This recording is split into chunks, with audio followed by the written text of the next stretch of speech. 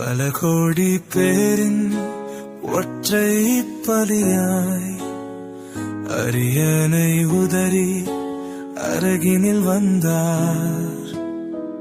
நாயகம் பிறந்தார் பாலகனாய், அன்பை கொடுத்தார் காதலனாய். பல கோடி பேரின் ஒற்றை